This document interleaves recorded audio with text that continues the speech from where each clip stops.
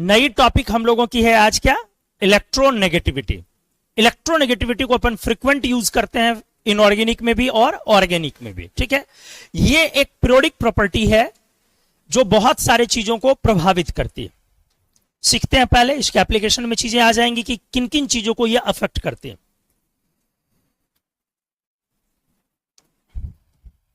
सबसे पहले इलेक्ट्रोनेगेटिविटी हम बोलते क्या है?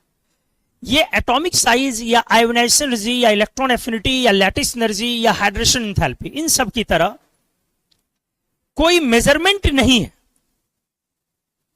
मतलब जैसे atomic size is the measurement of distance, ionisation energy, electron affinity, ये सब क्या है? Measurement of enthalpy. तो इलेक्ट्रोनेगेटिविटी किसी चीज का, किसी फिजिकल यूनिट का मेजरमेंट नहीं है। ये एक टेंडेंसी है जो साइंटिस्ट ने डिफाइन किया आयोनिक कंपाउंड और कोवेलेंट कंपाउंड के बीच एक अंतर क्रिएट करने के लिए। आयोनिक कंपाउंड और कोवेलेंट कंपाउंड के बीच डिफरेंस क्रिएट करने के लिए इलेक्ट्रोनेगेटिविटी का इजाद किया। तो ये सिंपली एक टेंडेंसी है, हम सबों को पता है, इलेक्ट्रॉन को अपनी तरफ खींचता। बस हमेशा जहन में एक बातें रखनी है। हमने क्या बोला? ये आयोनिक कंपाउंड और कोवेलेंट कंपाउंड को क्या करने के लिए इसको लाया गया? डिफरेंशिएट करने के लिए। तो कैसे? ये जो टेंडेंसी डिफाइन होगी हमेशा तब डिफाइन होगी जिस एटम की आप इलेक्ट्रोनेगेटिविटी बोलना चाहते हैं वो सामने में किसी दूसरे एटम से कोवेलेंट बॉन्ड से अटैच।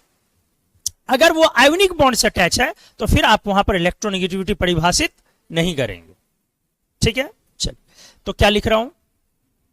मान लो ए एक एटम है और बी एक एटम, हमने बोला कोवेलेंट बॉन्ड से अटैच, तो दो इलेक्ट्रॉन है बीच में, है ना। तो दो इलेक्ट्रॉन इक्वली शेयर्ड है ए और किसके द्वारा? बी के द्वारा। तो इलेक्ट्रॉन को अगर तरीके से देखा जाए तो ए और बी के बीच में रहना चाहिए एकदम, क्योंकि शेयर किया। लेकिन कोई भी साझा, किसी भी चीज का आप साझा करते हैं, शेयरिंग करते हैं, तो वो इक्वली कभी बीच में नहीं रहता है, किसी एक के इन्फ्लुएंस में ज्यादा रहता है। चाहे आप खाना में अपना प्लेट शेयर क्यों ना कर रहे हो, आप अपने भाई बहन से, तो बराबर चीजें अगर दी गई हैं तो तब भी वो किसी एक के कब्जे में या इन्फ्लुएंस में क्या रहता है? ज्यादा रहता है।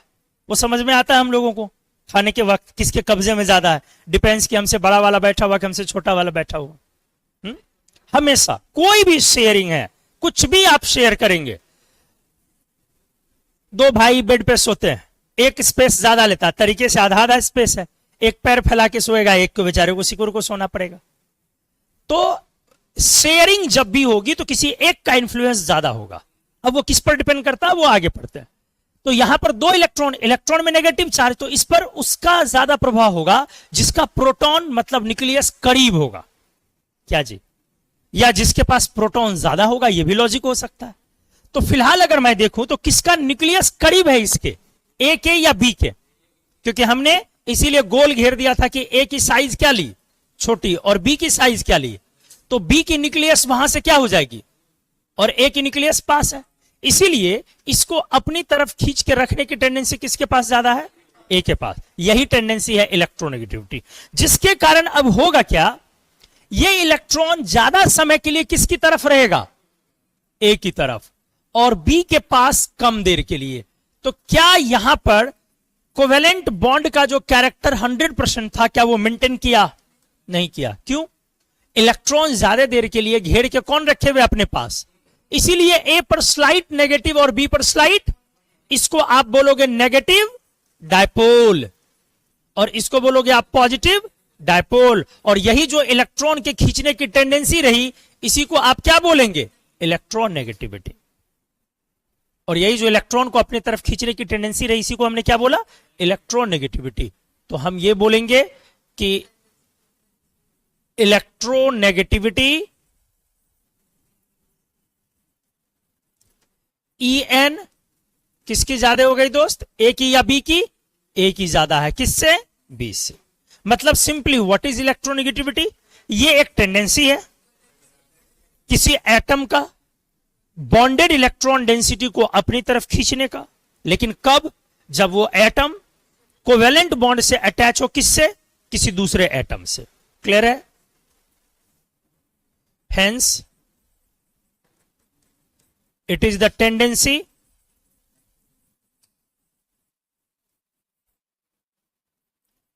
to pull the bonded electron density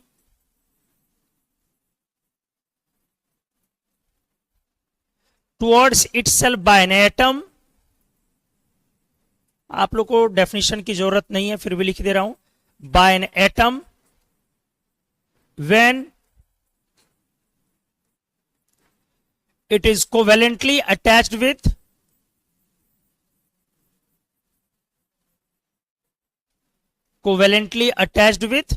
another atom. ठीक है, क्लियर है ना जी. ये टेंडेंसी है इलेक्ट्रॉन डेंसिटी को अपनी तरफ खींचने की जब एक एटम कोवेलेंटली अटैच है किससे, दूसरे एटम से. ठीक है, चूंकि ये टेंडेंसी है इसलिए यूनिटलेस होगी. अ यूनिटलेस प्रॉपर्टी.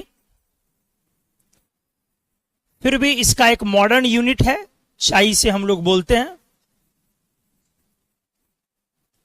CHI, चाई. कप्पा सिंबल इस तरीके का लिखते हैं ना, तो मॉडर्न यूनिट है इसका, चाई से बोलते हैं. इसीलिए देखेंगे आपके अधिकतर लोग इलेक्ट्रोनेगेटिविटी को एक्स से रिप्रेजेंट करते हैं.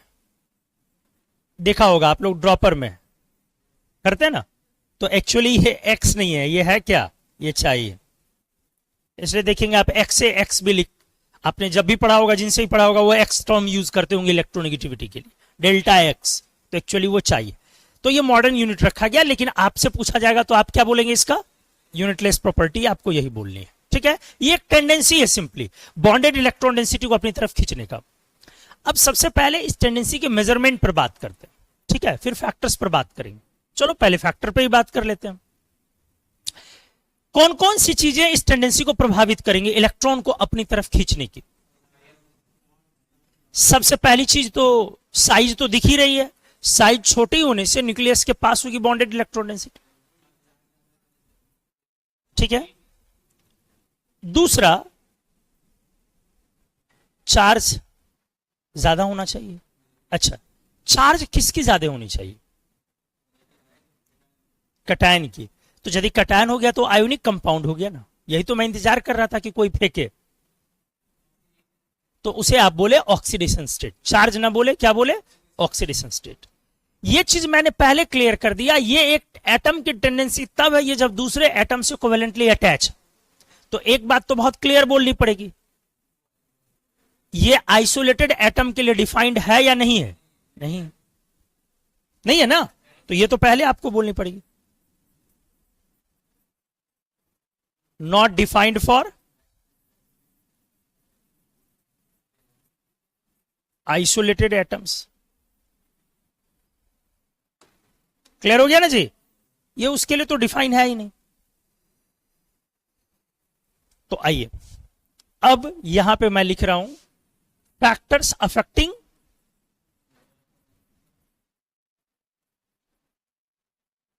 इलेक्ट्रोनेगेटिविटी.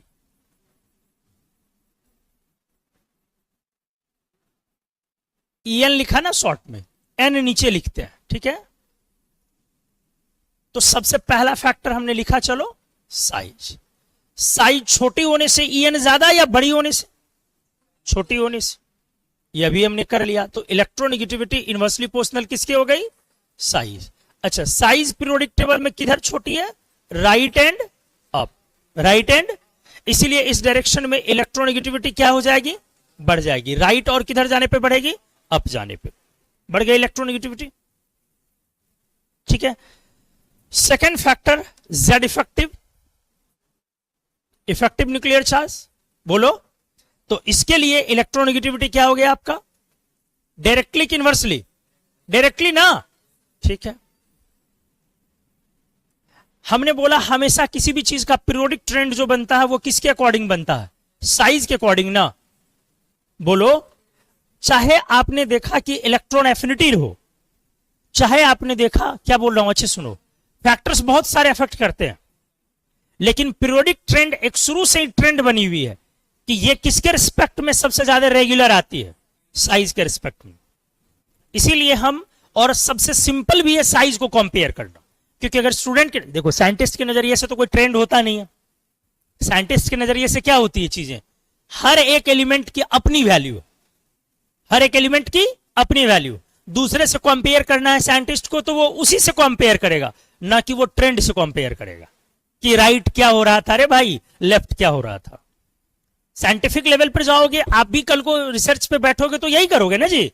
एक स्टूडेंट, आप अपने आप को एक स्टूडेंट, एक एंटाइटी मानते हो, तो आप अपनी चीजों को दूसरे से कंपेयर कर सकते हो, लेकिन ट्रेंड से कंपेयर नहीं कर सकते हो। ये साइंटिफिक लेवल पे नहीं होगा, स्टूडेंट के लेवल पे, हम लोगों के लर्निंग स्केल पे होगा। तो हमने बोला साइंटिस्ट को यह देखना है कि जेड इफेक्टिव पे भी डिपेंड करेगी, साइज पे भी करेगी, इस पे करेगी, उस पे करेगी, जितने फैक्टर से सब लेना। लेकिन हम लोग स्टूडेंट है, हमारा पढ़ने का एक लिमिटेड एरिया है, तो हमें तो वैसे प्रॉपर्टी को ना किसी पर भी ट्रेंड बना के लेना पड़ेगा जो सबसे आसान हो समझना। तो सबसे आसान और मिला जुला के सबसे रेगुलर कौन है, साइज ही सबसे आसान भी है समझना, वरना जेड इफेक्टिव बहुत कॉम्प्लिकेटेड है, पोरिंग ऑफ शील्डिंग बहुत कॉम्प्लिकेटेड है। इसीलिए सारे पीरियोडिक ट्रेंड को किस पे लगाया गया, चाहे वो उसमें रेगुलरिटी शो करे या ना करे, साइज से कंपेयर करने पर। अगर नहीं किया तो फिर उसमें लगाएंगे कि किस वजह से नहीं किया, इसीलिए इलेक्ट्रोनेगेटिविटी में भी क्या लगा दिया, साइज। क्लियर हो गया चीज अच्छे से। ये एक शुरू से क्या बना हुआ है, ट्रेंड, कि पीरियोडिक प्रॉपर्टी को किसके रेफरेंस में लिख दिया जाए। ऐसा हो सकता है बहुत सारी प्रॉपर्टी कि वो साइज के लिए जितना रेगुलर हो उससे ज्यादा किसी और प्रॉपर्टी के अगेंस्ट में रेगुलर हो। नहीं आया समझ में, उसकी जो डिपेंडेंसी है किसी चीज पर, वो साइज के रिस्पेक्ट में किसी और चीज पर ज्यादा हो। यह पॉसिबल है वैल्यू निकालने में, लेकिन बावजूद उसके हम लोग जब भी पीरियोडिक ट्रेंड यूज करेंगे तो वो किसके लिए यूज करेंगे, साइज के लिए करते। ठीक है, तो जेड इफेक्टिव। जेड इफेक्टिव के बाद तीसरा पॉइंट ऑक्सीडेशन नंबर।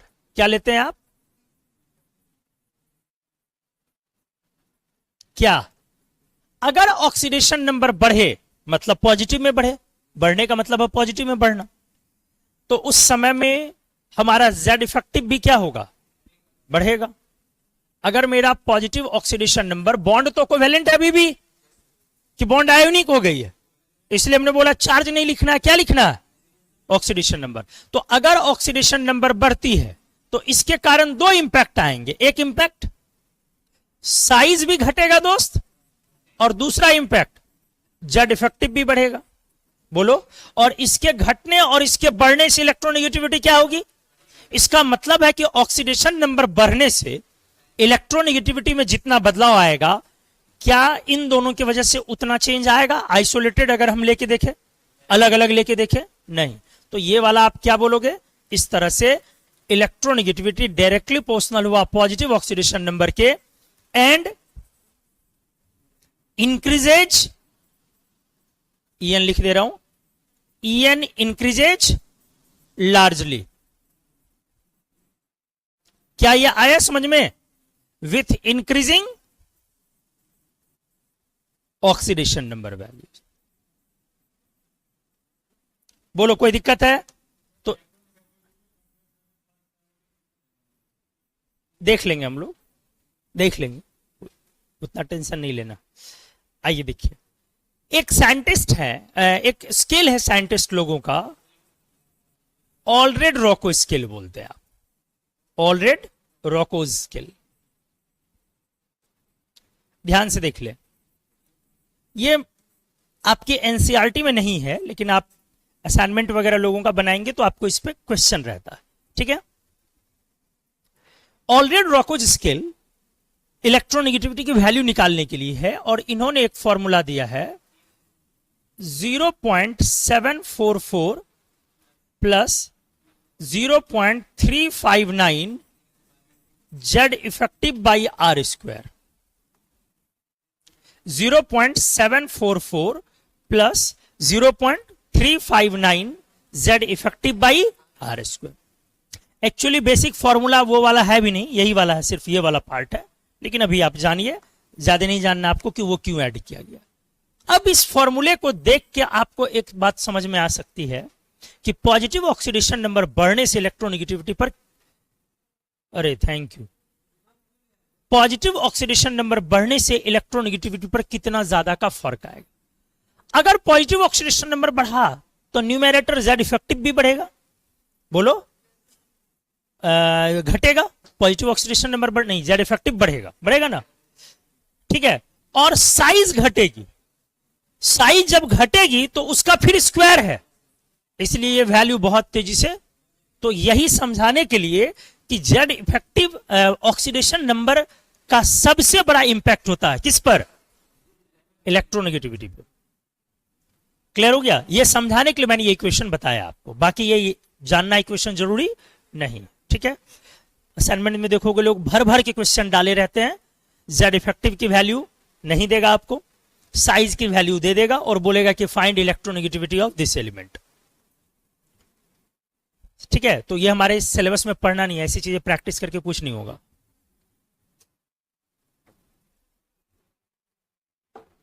आइए, क्लियर हो गया?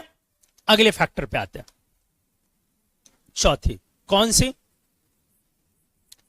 Penetration of orbital.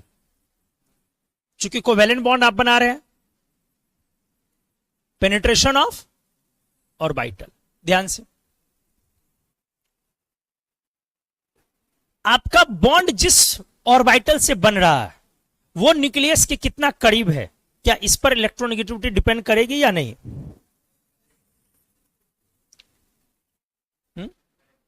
हमने क्या बोला, जहां ऑर्बिटल से मेरा बॉन्ड बन रहा है, जिस ऑर्बिटल से, सामने में कोई एलिमेंट है बी, ये बॉन्ड बन रहा है ना जी, दोनों ने मिलकर 2 इलेक्ट्रॉन दिया, एक एक दिया। अब मैंने बोला किसी एक का पकड़ो, मान लो हमने पकड़ लिया ए का, तो अब इस ऑर्बिटल की पेनिट्रेशन एबिलिटी जितनी ज्यादा हो, जितनी ज्यादा हो, ऑर्बिटल पेनिट्रेशन एबिलिटी का मतलब क्या होता है? गजब बात कर रहे हो भाई, ऑर्बिटल पेनिट्रेशन पढ़ाया है ना जी। न्यूक्लियस के सबसे पास कौन होता है? एस, फिर कौन होता है? और डी दूर होती है या बहुत दूर? बहुत दूर। तो फिर तो इसको तो पढ़ाया कैसे नहीं है? इसमें इधर की तरफ डिस्टेंस से ज्यादा क्या बोलते हो आप? पेनिट्रेशन। पेनिट्रेशन किसकी बहुत ज्यादा है? एस और पी की, पढ़ाया था।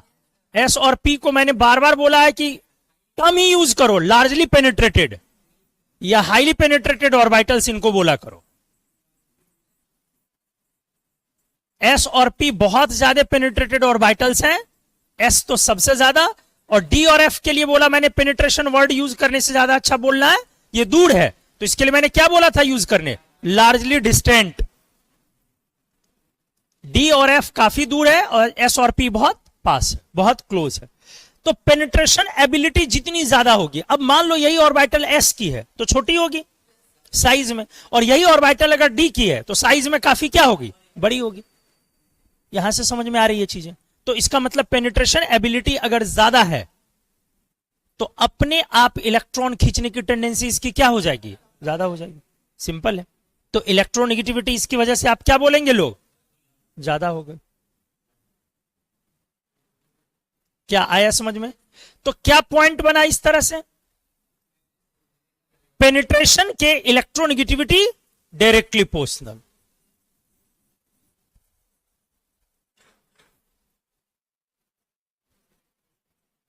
अच्छा, कौन वाला ऑर्बिटल सबसे ज्यादा पेनिट्रेटेड है? Very good. तो क्या मैं ये नहीं लिख सकता हूं कि directly proportional percentage S character? क्योंकि ऑर्बिटल बहुत सारे हाइब्रिड भी आते हैं और बहुत सारे अनहाइब्रिड भी आते हैं।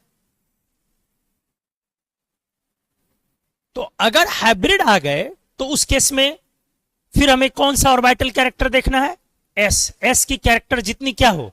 ज्यादा हो, उतना ही हमारा इलेक्ट्रोनेगेटिविटी वैल्यू ज्यादा होगी। ठीक है, कोई दिक्कत है किसी को? तो इसी की वजह से आप क्या बोलेंगे कि इलेक्ट्रोनेगेटिविटी अगर एक ही एलिमेंट का sp ऑर्बिटल हो, क्या जी, फिर उसी एलिमेंट की sp2 हो और फिर sp3 ऑर्बिटल हो, तो क्या इस ऑर्डर में रन करेगी या नहीं? क्यों? क्योंकि sp ऑर्बिटल में 50% कौन है? s है, इसमें 33% कौन है, एस है, और इसमें 25% कौन है, एस है। एआईपीएमटी का क्वेश्चन भी पूछा हुआ है, 2006 में एग्जैक्टली था, जिसको बाद में कई बार रिपीट किया गया, लेकिन 2006 से पहले एआईपीएमटी में वो क्वेश्चन कभी नहीं था। क्या, इनमें से किस ऑर्बिटल की इलेक्ट्रोनेगेटिविटी सबसे ज्यादा होगी? तो बहुत सिंपल क्वेश्चन है। चलिए अब इसको अलग अलग एलिमेंट के लिए एक बार मैं लगा के देखता हूं। लेट कार्बोनेट, क्या ले रहा हूं, ध्यान से, कार्बन को मैं अलग अलग ऑर्बिटल से कार्बन का मैं बॉन्ड बना रहा हूं। ठीक से देखेंगे, ये बॉन्ड बनाया, अलग अलग ऑर्बिटल है ये, हालांकि सभी की साइज अलग होगी, शेप अलग होगा। मैंने अभी फिलहाल सबको क्या दिखा दिया है, एक तरीके का, लेकिन मेरा पर्पस बिल्कुल भी वो नहीं है। सभी अलग अलग ऑर्बिटल है। क्या अलग अलग है? एक ऑर्बिटल चलो मैंने ले लिया 2p, क्या ले लिया, एक ले लिया sp3, एक लिया sp2 और एक लिया sp। सारे कौन एटम है, और सामने में किसको रखा, हाइड्रोजन। हाइड्रोजन से इसने बॉन्ड बनाया हुआ। आप कोई और भी ले सकते हैं, हाइड्रोजन क्यों लिया जाता है ये थोड़ी देर बाद समझ में आएगा। ले लिया, तो अभी आप क्या जानते हैं, किसकी इलेक्ट्रोनेगेटिविटी ज्यादा है, कार्बन की या हाइड्रोजन की? कार्बन की। कार्बन हाइड्रोजन में हाइड्रोजन की ही इलेक्ट्रोनेगेटिविटी ज्यादा है। कब? यदि कार्बन प्योर किससे बॉन्ड बना ले, पी से। उस समय में यदि उसके पास कौन कैरेक्टर ना है, एस नहीं है, मतलब हाइब्रिड रे कि अनहाइब्रिड रे, अनहाइब्रिड रे। तो उस समय में कार्बन के ऑर्बिटल से ज्यादा किसकी हो गई? तो सोचो क्या लॉजिक रहा होगा, हाइड्रोजन की इलेक्ट्रोनेगेटिविटी ज्यादा, वही इलेक्ट्रॉन खींच रहा, क्या लॉजिक रहा होगा? वहां पर फर्स्ट ऑर्बिट है, साइज भी छोटी है और ऑर्बिटल भी एस है, किसकी? हाइड्रोजन की। क्लियर हुआ अच्छे से? तो आपके पास लॉजिक हुआ कि सर मेरा प्रिंसिपल क्वांटम नंबर भी छोटी है और ऑर्बिटल पेनिट्रेशन भी मेरी ही ज्यादा है, इसलिए दोनों ही केस में मैं ही विन कर रहा हूं। तो फाइनली इलेक्ट्रोनेगेटिविटी किसकी ज्यादा हो गई? हाइड्रोजन की। इसीलिए ये खींच लिया। अब आ जाइए, जब sp3 लिखते हैं तो अब किसकी ज्यादा होती है? कार्बन की। इसका मतलब कार्बन के किस फैक्टर ने इसको जीतने में मदद किया है? एस ने? गलत, एस तो इसके पास पूरा है, एस आया जरूर है, लेकिन जेड इफेक्टिव ने ज्यादा मदद किया है एस के साथ। आया समझ में? अरे आया समझ में?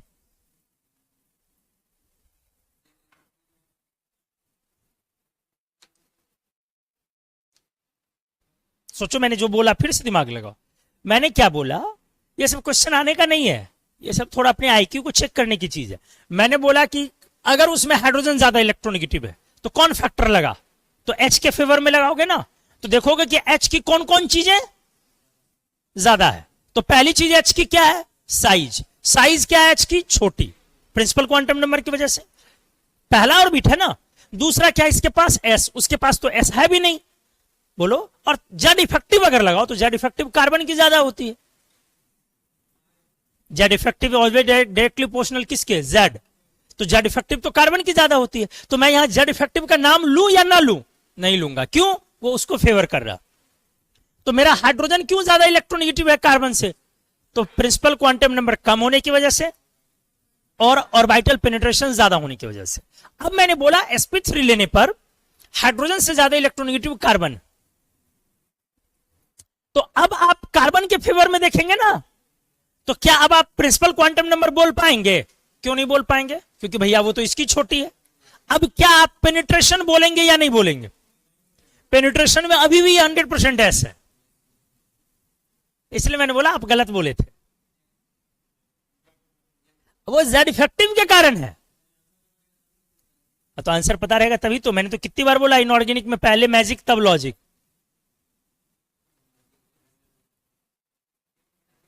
तो इस बात का रोना, बार बार बोला है, नहीं रोना है। किस बात का? मुझे पता कैसे चलेगा? इस बात के लिए खुशियां मनानी है, पार्टी करनी है। मुझे पता चला। पॉजिटिव चीजों को लो यार। पता चल गया क्या? ये बड़ी बात नहीं है अपने आप में, जान गए उस चीज को। अब कैसे जान, ये ऐसे भाई होगा तो दुनिया में विकास होगा, फिर हम कैसे जानेंगे? एक्सपेरिमेंट करने से पहले साइंटिस्ट कैसे जानेगा? तो यहां पर इस कार्बन के फेवर में कौन सी चीज है? एक्चुअली सबके फेवर में कौन है? Z effect. लेकिन हां, जब आप सिर्फ इनको कंपेयर करेंगे आपस में, तब एस कैरेक्टर है। क्वेश्चन आया समझ में? अगर क्वेश्चन है कि कार्बन की इलेक्ट्रोनेगेटिविटी क्यों हाइड्रोजन से ज्यादा हुई, तो जेड इफेक्टिव, एस कैरेक्टर नहीं बोलोगे भाई, गलत है। मेरा काम बस इतना ही होता है कि आपको मैं ये दिखाऊं कि जब आप ऐसे पढ़ रहे हैं तो यहां पर कौन सी बात उठा के पूछ ली जाए कि आप समझ कुछ और रहे हैं, आपको समझाया कुछ और गया, पूछ कुछ और लिया। Reciprocal of Avogadro number is called avogram, गलत है, उसमें ग्राम लगेगा नहीं तो एवोग्राम कैसे हो गया? तो बस वही सिंपल सा कॉन्सेप्ट है, चीजें सिंपल है, आपको मालूम है, बस आपका ध्यान नहीं गया। तो हम कैसे करते हैं? अगर हमसे पूछा जाता है कि क्यों हाइड्रोजन से ज्यादा इलेक्ट्रोनेगेटिव sp3 कार्बन की है, तो सब बच्चा क्या बोल देगा? उसमें एस कैरेक्टर के कारण। यह आंसर क्यों गलत है? क्योंकि एस कैरेक्टर हाइड्रोजन के पास 100% है। तो इसका सही आंसर क्या है? Z effective. तो चलो मैं यहां पे क्वेश्चन भी लिख रहा हूं, why sp3 carbon is more electronegative than hydrogen.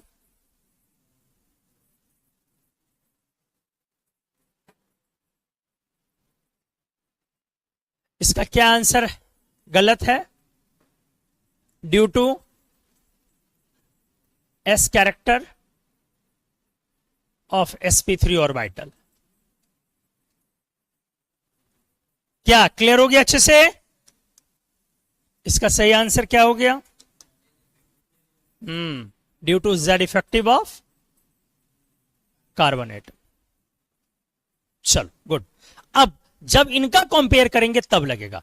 अब इस बार वो इसने खींचा, इस बार और ज्यादा, क्योंकि अब इनका आपस में एस कैरेक्टर कंपेरेबल है, बिल्कुल है। तो अगर मैं इधर बोलूं तो बिल्कुल बोलूंगा कि परसेंटेज एस क्या हो रहा है? बढ़ रही है, इसीलिए इलेक्ट्रोनेगेटिविटी क्या हो जाएगी? बढ़ जाएगी। कोई दिक्कत? ये किनका कंपेयर हो रहा? कार्बन का। ये इसका हाइड्रोजन से कोई मतलब नहीं है, बिल्कुल मतलब नहीं। तो फाइनली मेरा sp कार्बन का ज्यादा। अब sp कार्बन के इलेक्ट्रोनेगेटिविटी क्या बोलते हो? पहले इसके लिए 1.74 बोलते हैं अपन। क्या बोलते हैं?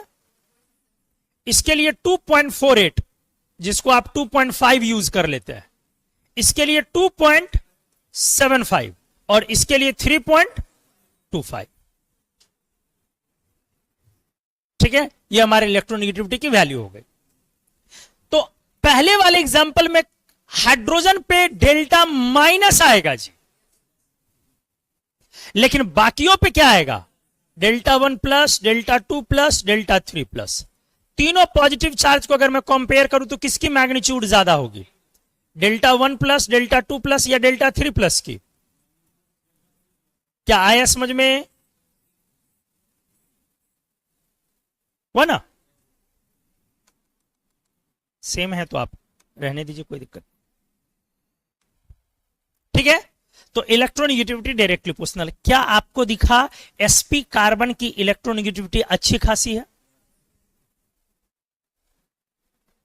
क्या आपको दिखा कि sp कार्बन की इलेक्ट्रोनेगेटिविटी अच्छी खासी है? बढ़िया इलेक्ट्रोनेगेटिविटी है। नाइट्रोजन एटम के लिए जो आप इलेक्ट्रोनेगेटिविटी यूज करते हैं 3.0, याद है? क्या ये उससे ज्यादा इलेक्ट्रोनेगेटिव है कि नहीं है? तो नाइट्रोजन एटम की इलेक्ट्रोनेगेटिविटी से ज्यादा आप कार्बन के sp2 एटम ऑर्बिटल की आप यूज करते हैं। ठीक है, इसकी वजह से मैं आगे चीजें डिस्कस भी करूंगा। sp carbon is called high electronegative atoms, like किसकी तरह? Nitrogen, oxygen and chlorine and fluorine atoms ना, इन एटम्स की तरह इनको भी आप क्या बोलते हो? High electronegative. आपको याद है एक फॉर्मूला होता है HCN और एक कंपाउंड है NH3। क्या है? एक HCN और एक क्या है? NH3। सामान्य तौर पर कार्बन हाइड्रोजन बॉन्ड नहीं बनाता है, कार्बन हाइड्रोजन बॉन्ड नहीं बनाता। लेकिन यहां का कार्बन सामान्य तौर पे कार्बन हाइड्रोजन बॉन्ड नहीं बनाता है। क्या CH4 में हाइड्रोजन बॉन्ड बनेगा? नहीं बनेगा। यहां H बॉन्ड नहीं बनेगी, ध्यान से सुनेंगे, H बॉन्ड नहीं बनेगी। यहां पर H बॉन्ड बनेगी। आप ड्रॉपर वाले हैं इसलिए आपको एक स्टेप आगे जाके पढ़ा रहा हूं। यहां भी H बॉन्ड बनेगी, जबकि H बॉन्ड बनने के लिए क्या कंडीशन होती है कि जो मेरा H अटैच होना चाहिए ये हाई इलेक्ट्रोनेगेटिव से अटैच होना चाहिए। किससे अटैच होना चाहिए? H जो अटैच होनी चाहिए वो हाई इलेक्ट्रोनेगेटिव एटम होनी चाहिए, जैसे fluorine, oxygen, nitrogen, chlorine, sp carbon. ये भी आप ले सकते। चौंकिएगा नहीं सर क्लोरीन क्यों लिखे, क्लोरीन तो हम लोग पढ़ते हैं कि नहीं बनाता, आपको क्लोरीन भी लिखनी। ध्यान से देखिए क्या बोला हमने, अभी उस पर डिस्कशन नहीं करेंगे क्यों क्लोरीन लिखनी। तो हमने बोला H बॉन्ड बनाने के लिए क्या कंडीशन होती है? हाइड्रोजन, इसी को ना आप H बॉन्ड बोलते हैं जी, यही अपना क्या है H बॉन्ड। तो H बॉन्ड बनाने के लिए क्या कंडीशन है? हाइड्रोजन अटैच हो किससे? हाई इलेक्ट्रॉन, लगभग फ्लोरीन, ऑक्सीजन, नाइट्रोजन, क्लोरीन। तो इस कैटेगरी में अपन किसको लाके रख सकते हैं? sp कार्बन को। क्यों रख सकते हैं? क्योंकि बाकियों की En से कंपेरेबल है। ये अगर 4.0 है, ये अगर 3.5 है, ये अगर 3.0 है, ये अगर 3.0 है, तो मैं भी कम थोड़ी हूं। इसीलिए CH4 H बॉन्ड नहीं बनाया, CH4 H बॉन्ड नहीं बनाया। इधर कोई दूसरा एलिमेंट भी लगा दो तब भी, ये sp3 है ना, तो क्या ये H बॉन्ड बनाएगा? नहीं, ये नो H बॉन्ड। लेकिन यहां पर H बॉन्ड बनेगा या नहीं बनेगा? बनेगा। सर ये तो हमें मालूम था पहले से ही, इसमें कोई बहुत बड़ी बात नहीं है। अब इस बात को अच्छे से समझिए, कार्बन sp है और हाइड्रोजन, तो इसका जरा H बॉन्ड जरा समझिए कैसे बनेगा। H बॉन्ड्स इन HCl, और यहां भी जरा समझिए H बॉन्ड्स इन NH3। जरा दोनों को एक बार देखा जाए, बढ़िया से देखिए, मजेदार चीज मैं सिखा रहा हूं। तो सर यहां अच्छा समझ गया, ये ऐसे बनेगा sir, N triple bond, C single bond, H sir ये डेल्टा प्लस हो गई। अब सामने वाले मॉलिक्यूल का क्या आएगा? NC। क्या बोलो? अरे यही ना, सामने वाले मॉलिक्यूल का क्या आएगा? नाइट्रोजन। H बॉन्ड किसके बीच बनता है? हाई इलेक्ट्रोनेगेटिव के बीच ना। बोलो, कोई दिक्कत? देख लो अच्छे से, किसी को डाउट हो तो फिर पूछना भी। पहले H बॉन्ड समझ में आया कैसे बनाया? हाइड्रोजन ही जाएगा ना H बॉन्ड बनाने, तो किससे जाएगा बनाने? नाइट्रोजन से। जो हाइड्रोजन अटैच है किससे अटैच है?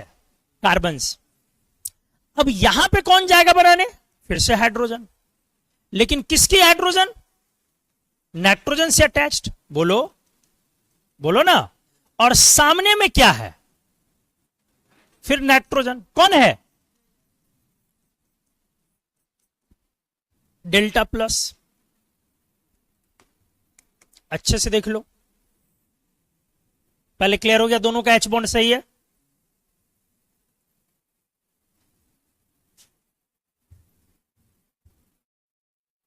पहले देख लो दोनों का H बॉन्ड रिप्रेजेंटेशन देख लो, सही है। क्या ये आया समझ में? H बॉन्ड कैसे बनता है? इसी तरीके से हाइड्रोजन अटैच है जिस एलिमेंट से, और सामने में एक और एलिमेंट होनी चाहिए, ये भी हाई इलेक्ट्रोनेगेटिव होनी चाहिए, वो भी हाई इलेक्ट्रोनेगेटिव होनी चाहिए। ये मतलब कौन? X, और वो कौन? Y, दोनों हाई इलेक्ट्रोनेगेटिव। तो यहां पर X की जगह कौन है? नाइट्रोजन। अच्छे से H बॉन्ड पहले देख लिया, किसी को डाउट है तो भाई देख ले एक बार, फिर से देख ले। ये ले, यहां पे H बॉन्ड कैसे बनेगा? H किससे अटैच होना चाहिए? हाई इलेक्ट्रोनेगेटिव से। और Y क्या होना चाहिए? वो भी हाई इलेक्ट्रोनेगेटिव होनी चाहिए। तो हमेशा जब भी मैं पूछूं कि एक्स कौन है वाई कौन है, हाई इलेक्ट्रोनेगेटिव है, लेकिन एक्स को पहचानने का तरीका क्या है, हाइड्रोजन जिससे कोवेलेंट बॉन्ड से लगा रहेगा वो एक्स होगा। तो HCN में एक्स कौन है, सी या एन? HCN में एक्स कौन है, सी या एन? सी। सभी लोग को पता चल गया? क्या आदर्श प्रॉब्लम है? यार खुश रहा करो, तुम उदास रहते हो, ऐसा लगता है कि बेटी के विवाह के लिए दहेज इकट्ठे करने हैं, हमेशा टेंशन में दिखते हो। इतना स्ट्रेस लेके कहां जाना है? अरे हो जाएगा ना, क्यों परेशान हो रहे हो? किस बात का इतना स्ट्रेस है? हाँ, बहुत शांत नहीं रहता है। पड़ोसी मुल्क को देखो, पाकिस्तान बना बैठा है। बोलते रहा करो, हंसते रहा करो, या सीट बदलो, देखो अपने आप प्रभाव सही हो जाएगा। जगह बदलो वहां से। हाँ, ज्यादा अट्रैक्टिव फोर्स में जकड़े हुए हो, इसलिए मूवमेंट में दिक्कत हो रही है। इधर आके बैठो ना, कुबुद्दीन के पास बैठोगे तो एंट्रोपी बढ़ जाएगी अपने आप। तो हमने क्या बोला, HCN में एक्स कौन है? एक्स, एक्स वो होता है जिससे हाइड्रोजन अटैच है, सी। वाई कौन है, एन। जब NH3 हाइड्रोजन बॉन्ड बना रहा है तो एक्स कौन है, एन। वाई कौन है, एन ही है। बहुत बढ़िया।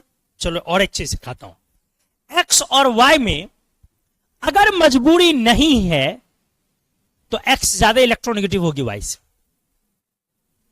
इसको लिख लीजिएगा आप कहीं, आप अपनी कॉपी पे लिख लेंगे, आप ऑर्गेनिक में भी चलते रहेगा तो आप ध्यान में रखेंगे। ये यहां भी दिमाग में सेट करें। अगर मजबूरी नहीं है का मतलब, जैसे HCN में मजबूरी है, आप चाह के भी एक्स को बदल सकते हैं। ज्यादा इलेक्ट्रोनेगेटिव HCN में कौन है, कार्बन की नाइट्रोजन? नाइट्रोजन। अरे नाइट्रोजन ना बोलो तो एक्स को कौन होना चाहिए, नाइट्रोजन। लेकिन क्या आप वहां बदल पाएंगे? क्यों नहीं बदल पाएंगे? क्योंकि एक्स वही है जो हाइड्रोजन से अटैच है। अब आप वहां चेंज तो कर नहीं सकते, वो तो मॉलिक्यूल है। तो हमने बोला अगर मजबूरी नहीं है तो एक्स कौन ज्यादा इलेक्ट्रोनेगेटिव है, एक्स की वाई? एक्स ज्यादा इलेक्ट्रोनेगेटिव है। तो मैंने बोला H2O और HF मान लो आपस में मिल गया। कौन मिल गया? H2O और HF मिल गया आपस में।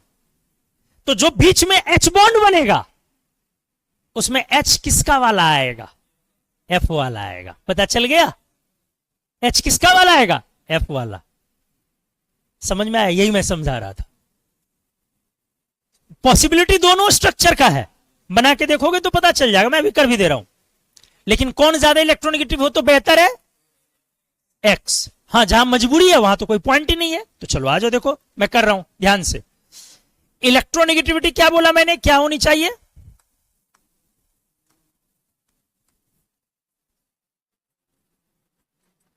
एक्स की किससे ज्यादा, वाई से। बोलो क्लियर है? ठीक है, अब आ जाओ। एक एग्जांपल पहले मैं यहां पे कर दे रहा हूं।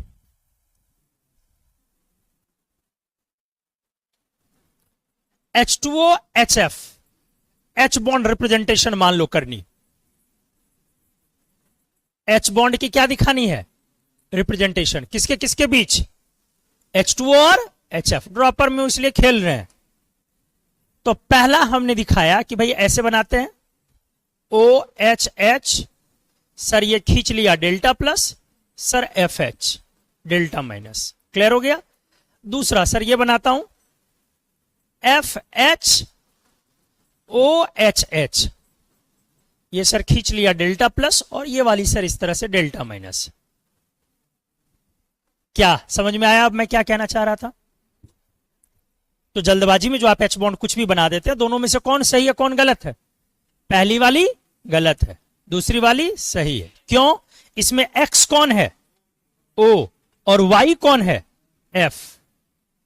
नहीं, X कौन है, O, जिससे सिर्फ इतनी दूर को देखनी है। कितनी दूर को? जहां H बॉन्ड बन रहा है। तो H बॉन्ड बन रहा है जहां, वहां पर X कौन है, O, और Y कौन है। और इसमें भी सिर्फ इतनी दूर को देखनी है, बाकी को नहीं देखना है, देखना ही नहीं है। क्लियर आया समझ में? तो बोलो X कौन है, F, और Y कौन है, ज्यादा इलेक्ट्रोनेगेटिविटी है उसकी, इसीलिए वो रिप्रेजेंटेशन सही है। आ गया ये आपको समझ में, या आगे से आप ध्यान में रखेंगे? ठीक है, चलो आ जाओ। तो यहां पे भी बातें हैं कि भाई X तो होनी चाहिए थी नाइट्रोजन, लेकिन हाइड्रोजन तो फिक्स्ड अटैच है किससे, कार्बन से, तो आप तो कुछ कर नहीं सकते हैं। तो अब यही रिप्रेजेंटेशन हो गई। चलो अब हमारा यहां पर X कौन है, नहीं यहां पे X sp कार्बन, और Y कौन है, नाइट्रोजन। बोलो अब यहां पर X कौन है और Y कौन है, तो कौन सी हाइड्रोजन बॉन्ड स्ट्रांग होनी चाहिए, कौन होनी चाहिए, पहली वाली कि दूसरी वाली, पहली वाली। आ गया समझ में, समझ में आ गया। क्यों, क्योंकि वो sp कार्बन से अटैच्ड हाइड्रोजन, इसीलिए इसकी हाइड्रोजन बॉन्ड की स्ट्रेंथ इससे क्या हो जाएगी, ज्यादा। हालांकि एक लेवल पर और है समझने के लिए, Y भी जो दोनों की नाइट्रोजन दिख रही है ना, इसमें ये वाली की इलेक्ट्रोनेगेटिविटी ज्यादा है, Y भी उसी की ज्यादा इलेक्ट्रोनेगेटिव है, तो वो और बेहतर है।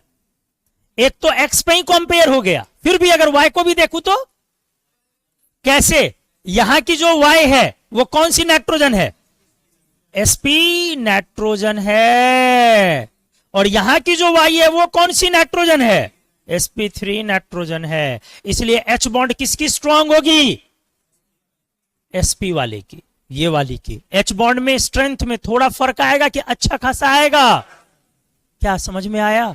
तो अगर मैं बोलूं इसमें से एक कंपाउंड का बॉइलिंग पॉइंट नेगेटिव में है डिग्री सेल्सियस में, एक का बॉइलिंग पॉइंट पॉजिटिव में डिग्री सेल्सियस में, तो कौन पॉजिटिव में जाएगा, HCN या NH3, HCN, क्योंकि H बॉन्ड जितना स्ट्रांग होगा मॉलिक्यूल के बीच अट्रैक्शन उतनी ज्यादा होगी, तो बॉयल करना उसको उतना डिफिकल्ट होगा, होगा ना, उसका बॉइलिंग पॉइंट टेम्परेचर उतनी ज्यादा होगी। क्या ये सभी को समझ में आया। आप पढ़ते हो ना एमपीबीपी डायरेक्टली प्रोपोर्शनल इंटरमॉलिक्यूलर स्ट्रेंथ के, हमने भी कई बार पढ़ाया, तो यहां पर इंटरमॉलिक्यूलर स्ट्रेंथ ज्यादा है। ये क्वेश्चन जेई मेन में बहुत बढ़िया क्वेश्चन था, मतलब इतना सुंदर क्वेश्चन 4 ऑप्शन के साथ लगाया गया था। बॉइलिंग पॉइंट का ऑर्डर नहीं, एच बॉन्ड स्ट्रेंथ का ऑर्डर लगाया गया था, या बीपी का ऑर्डर था, दो में से कोई है। ये जेई मेन यही 20, 21, 22, 23 इसी 3-4 सालों में से एक साल है, जिसमें 4 मॉलिक्यूल क्या लिए गए थे, एक CH4, एक NH3, एक HCN और एक शायद बेंजीन या कुछ लिया गया था, याद नहीं आ रहा, नहीं बेंजीन नहीं था, पोलर था कुछ, शायद HF या वाटर कुछ भी होगा। तो इसमें ऐसा ऑप्शन मौजूद था, मतलब ऑप्शन में भारी कंफ्यूजन, 2 ऑप्शन तो इतना क्लोज कि वो सिर्फ इसी बेसिस पर बनेगा कि आपको अगर आ रहा है कि HCN और NH3 में कौन आगे पीछे होगा। तो 2 ऑप्शन जिस पर आंसर सॉल्व होनी थी वो इसी तरीके से था कि आपको यह पता होना चाहिए HCN NH3 में किसकी ज्यादा होगी, तो किसकी ज्यादा हो गई फाइनली। और HCN की बॉइलिंग पॉइंट ये ध्यान में रखें 25 के आसपास, 25 डिग्री सेल्सियस के आसपास। इसको ऐसे याद रखो ना, 20 से ऊपर प्लस में, एक -20 से नीचे माइनस, ऐसे याद रखो, रख ली। उसका -30 होता है, इसका +25 के ऊपर होता है, तो 20 भी याद रख सकते हो, 25 भी है। नहीं याद रखना है, अमोनिया तो इंपॉर्टेंट है ना, इसलिए अमोनिया का याद रखना चाहिए बॉइलिंग पॉइंट, अमोनिया तो काफी इंपॉर्टेंट है ना, तो ठीक है। तो आप यहां पे इस चीज को उम्मीद है समझ गए होंगे अच्छे से जो मैं बताना चाह रहा हूं। बोलो किसी को कंफ्यूजन है।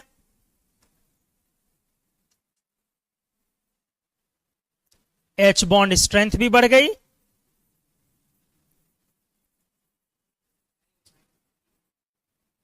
और बॉइलिंग पॉइंट भी बढ़ गया। हमने बोला HCN की बॉइलिंग पॉइंट ग्रेटर देन 25 लिख लो, एंड NH3 की बॉइलिंग पॉइंट लेस देन -25, मतलब उसके नीचे, ठीक है। आई थिंक -30 के अराउंड कुछ ऐसा होता है। तो अमोनिया रूम टेम्परेचर पर इसलिए क्या होता है, गैस, क्योंकि इसका बॉइलिंग पॉइंट क्या है, नेगेटिव में, तो ये भी याद हो जाएगा। बॉइलिंग पॉइंट किस में है, नेगेटिव में, इसका मतलब इसका रूम टेम्परेचर पर अमोनिया क्या हो जाएगी, गैस हो जाएगी। आपने सुना भी होगा रूम टेम्परेचर पर अमोनिया गैस, ठीक है। चलो, तो ये वाला मामला क्लियर हुआ होगा आपको कि इलेक्ट्रोनेगेटिविटी इस तरह से सबसे ज्यादा किसकी हो गई? sp carbon. फिर अच्छा ये लिख दिया ना शायद, पिछले पेज लिख दिया ना? हाँ लिख दिया, ठीक। इसी तरीके से नाइट्रोजन पे भी लागू हो जाएगी कहानी। सिमिलरली इलेक्ट्रोनेगेटिविटी किसके लिए ज्यादा हो जाएगी? sp नाइट्रोजन, फिर sp2 नाइट्रोजन, और फिर अब देखो मैं समझा रहा हूं, एक बात और दिमाग में यहां से डालोगे, केमिस्ट्री आपकी अच्छी अगर आपको करनी है, ये सब चीजें पिक करिए। वैल्यू लिखना बेईमानी है, क्योंकि वैल्यू अलग अलग लोग अलग अलग चीजों को कंपेयर करके लिखते हैं। लेकिन कई जगह पर sp नाइट्रोजन का effect, pulling effect, electron pulling effect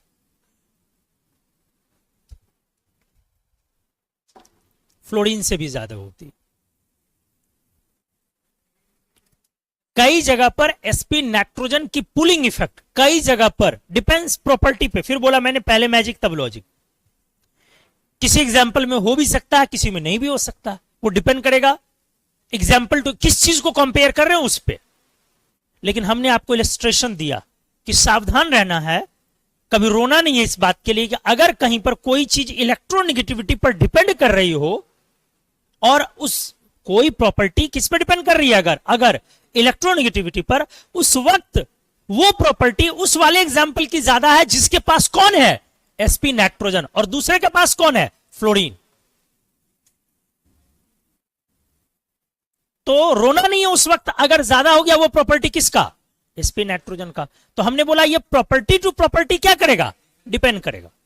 बहुत सारी किताबों में देखोगे, एक बहुत अच्छी इनऑर्गेनिक की किताब अच्छी है, लिटरली अच्छी, इंडियन ऑथर में बहुत कम इनऑर्गेनिक केमिस्ट्री की अच्छी किताब है, ना के बराबर है, एक अच्छी किताब है, ठीक ठाक बढ़िया किताब मुझे भी लगती है, और इंडस्ट्री में लोग उसको रिकॉग्नाइज भी करते हैं, डॉक्टर असीम के दास, इंडियन ऑथर में। बाकी केमिस्ट्री तो नल्ले पल्ले कुछ भी कुछ लिख दे रहा है लोग। डॉक्टर असीम के दास की बुक में आप देखेंगे तो उन्होंने sp कार्बन, और उसके बाद उसको मैंने कई सारे फॉरेन ऑथर की किताब में भी देखा, sp कार्बन की, sp नाइट्रोजन की वैल्यू वो सजेस्ट करते हैं 5.2। लेकिन मैं बोल नहीं रहा हूं, मैं लिख भी नहीं सकता हूं, क्योंकि मैंने क्या बोला, वैल्यू जो होती है वो स्केल के हिसाब से होती है।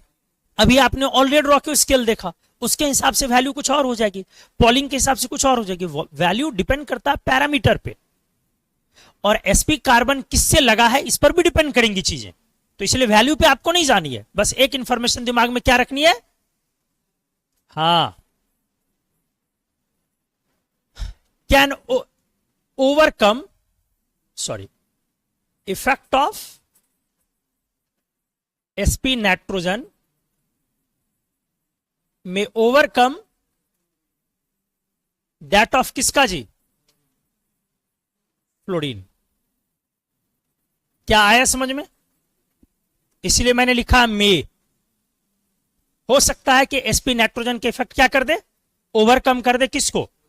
जैसे आपको एक पॉइंट तो जीता जागता एग्जांपल है आई इफेक्ट, जो इलेक्ट्रॉन पुलिंग टेंडेंसी, इलेक्ट्रोनेगेटिविटी से अलग है वो, लेकिन वो भी इलेक्ट्रॉन पुलिंग टेंडेंसी को रिप्रेजेंट करता है। तो minus I effect CN group की ज्यादा लेते हैं या F की ज्यादा लेते हैं? CN की ज्यादा लेते हैं ना। माइनस आई F की ज्यादा लेते हो या CN की ज्यादा लेते? CN की, क्योंकि कार्बन के साथ अटैच कौन है? sp nitrogen. कार्बन के साथ अटैच कौन है? sp nitrogen. क्लियर हो गया? ठीक है। फैक्टर्स में अगले पर आ जाओ। तो पहला फैक्टर था साइज, दूसरी थी Z इफेक्टिव, तीसरी थी ऑक्सीडेशन नंबर, और चौथी क्या थी? पेनिट्रेशन। पांचवी पे आ जाओ। पुअरिंग ऑफ शील्डिंग पे डिपेंड करेगी या नहीं?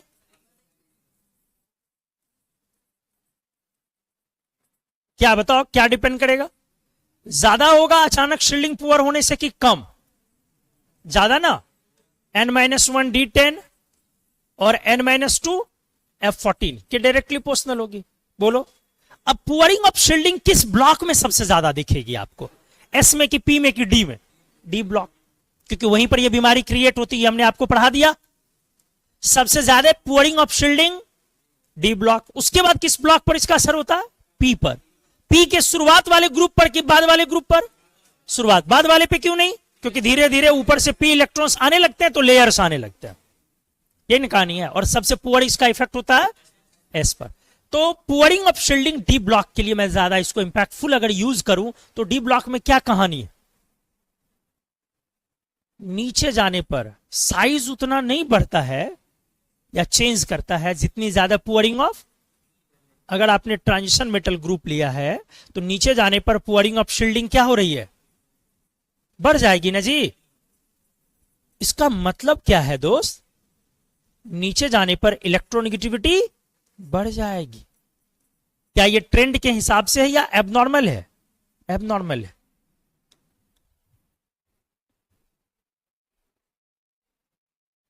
क्या आया समझ में, ये ट्रेंड के हिसाब से नहीं है, एबनॉर्मल है।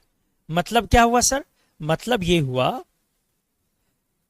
कॉपर से ज्यादा इलेक्ट्रोनेगेटिव हो गया गोल्ड, क्या जी, जिंक से ज्यादा इलेक्ट्रोनेगेटिव हो गई मर्क्यूरी।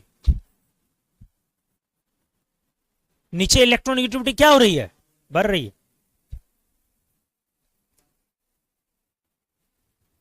ठीक है, अगला पॉइंट, आपने शायद सुना होगा कि जनरली मेटल की इलेक्ट्रोनेगेटिविटी ज्यादा होती है कि हाइड्रोजन की, जनरली मेटल की इलेक्ट्रोनेगेटिविटी ज्यादा होती है या हाइड्रोजन की, हाइड्रोजन की। हाइड्रोजन की इलेक्ट्रोनेगेटिविटी जनरली ज्यादा होती है किनसे, मेटल्स। आप इसके फेवर में ढेर सारे एग्जांपल्स लगा सकते हैं, बहुत सारे एग्जांपल हैं, आप लगा के देखेंगे तो जनरली मैं भी वैल्यू लिखने में वाला हूं, तो किसकी इलेक्ट्रोनेगेटिविटी ज्यादा है, हाइड्रोजन। यही वजह है, that's why oxidation state of hydrogen is considered कितना जी, इज कंसिडर्ड -1। कहां पे, कहां पे, मेटल के हाइड्राइड में। मेटल हाइड्राइड्स किसे बोलते हो आप, मेटल प्लस हाइड्रोजन के कॉम्बिनेशन में। बहुत अच्छी क्लास है, सिंसियरली देखिए, मस्खरी करने से कुछ नहीं होगा। एक काम करते हैं, हम भी करते हैं, रोज डेली आते हैं हम लोग, यही काम करते हैं। तो जब मैं इधर घूमता हूं तो आप लोग ऐसा काम करते क्यों हैं फिर, आप लोग को लगता है कि सर देख नहीं पा रहे हैं। ऐसा नहीं सोचिए, देखे ना देखे अनुभव है, तो अनुभव से हम लोग समझ सकते हैं। ठीक से, क्या बोला, मेटल हाइड्राइड में, ये आपने पढ़ा होगा रेडॉक्स में, इससे पहले जब भी आपने रेडॉक्स पढ़ा होगा तो आपको टीचर ने बताया होगा कि मेटल हाइड्राइड में हाइड्रोजन की ऑक्सीडेशन स्टेट क्या लेनी है, -1। क्या पढ़े हो कि नहीं पढ़े हो, हाइड्रोजन -1। उसकी वजह क्या है, वजह यही है, मैं आगे लिख भी दूंगा, कि ऑक्सीडेशन स्टेट को परिभाषित करने, मतलब ऑक्सीडेशन स्टेट की वैल्यू असाइन करने के लिए आयोनाइजेशन एनर्जी और इलेक्ट्रॉन एफिनिटी, इन दोनों की जगह पर इलेक्ट्रोनेगेटिविटी को प्रेफर किया जाता है। दो एलिमेंट जब एक दूसरे से कनेक्टेड है, एटम, बहुत अच्छे से सीखिए, बहुत बढ़िया से सीखिए इसको और दिमाग में डालिए। दो एटम जब एक दूसरे से कनेक्टेड है, चाहे वो आयोनिक बॉन्ड से हो कि कोवेलेंट बॉन्ड से हो, ऑक्सीडेशन स्टेट तो दोनों के लिए परिभाषित है।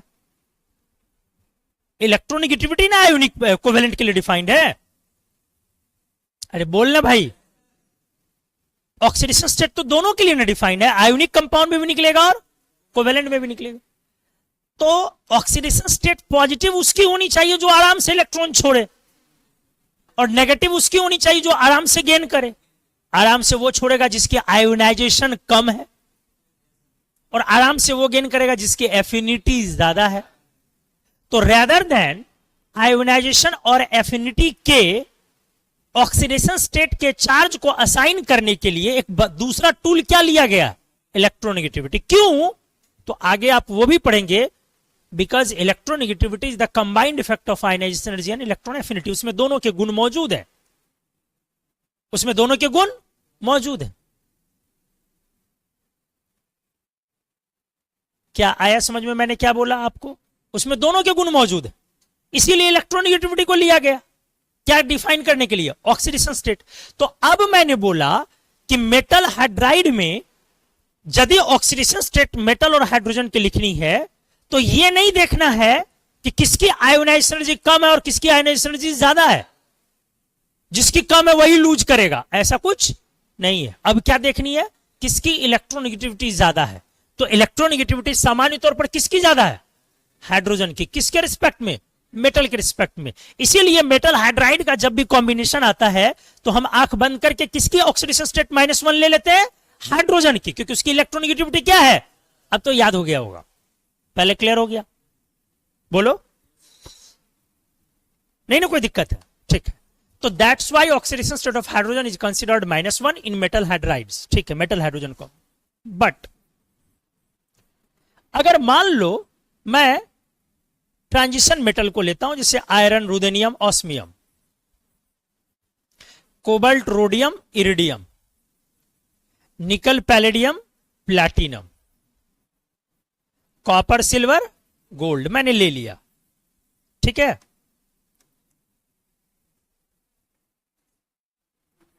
अप्रॉक्स वैल्यू सारे की इन लोगों की 2.2 है। आपको यह तो समझ में आ रहा होगा, डी ब्लॉक में शील्डिंग किधर पुअर होगी, डी ब्लॉक में राइट एंड डाउन। क्या क्लियर हुआ, राइट क्यों, क्योंकि डी इलेक्ट्रॉन्स बढ़ेंगे, और नीचे क्यों, क्योंकि डी प्लस एफ इलेक्ट्रॉन्स बढ़ेंगे, एंड सेल नंबर घटेगा, बढ़ जाएगा, तो ऑर्बिट नंबर बढ़ने से शील्डिंग पुअर होती। तो शील्डिंग किधर पुअर होगी, राइट एंड डाउन। शील्डिंग किधर ज्यादा पुअर होगी, पहले ये क्लियर है जी, पहले अच्छे से देख लो इसको, किसी को इसमें डाउट है तो पहले पूछ भी लो, ये पहले देख लो अच्छे से। शील्डिंग पुअर तब होती है जब डी में ज्यादा से ज्यादा इलेक्ट्रॉन्स होते हैं और एफ में ज्यादा से ज्यादा। तो एफ नीचे मिलने के चांस होंगे और डी नीचे ना चांस होंगे, और डी इलेक्ट्रॉन्स राइट बढ़ेंगे, और नीचे जाने पर सेल बढ़ता है। तो सेल भरने से पढ़ाया था, पुअरिंग ऑफ शील्डिंग बढ़ जाती है, पढ़ाया था ना। 3D से ज्यादा पुअर कौन है, 4D, 4D से ज्यादा पुअर 5D, 4F14 से ज्यादा पुअर कौन होगा, 5F14, पढ़ाया ना। 3D10 से ज्यादा पुअरिंग कौन हो जाएगी, 4D10, क्लियर है। तो आइए यहां पे, अब आपको समझ में आ गया ये पीरियोडिक टेबल के बाएं वाले ग्रुप्स हैं कि दाएं वाले ग्रुप्स हैं। ये जो लिखा है ये सब किधर के मेंबर्स हैं, लेफ्ट वाले मेंबर्स हैं या राइट मेंबर्स हैं, ये सारे राइट वर्ड बीच में है, राइट वर्ड मेंबर्स है ना। लेफ्ट राइट मैंने पूछा तो ज्यादा मेंबर्स किधर के भाग रहे हैं, राइट वर्ड मेंबर्स।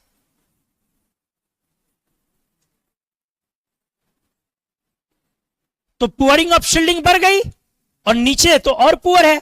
आपने देखा, गौर किया, ये वो वाले सीरीज है जो मोर इलेक्ट्रोनेगेटिव देन हाइड्रोजन हो गया। एच की कितने लेते हो, 2.1 लेते हो ना जी, और इन सब की ईएन मैंने क्या लिखी है,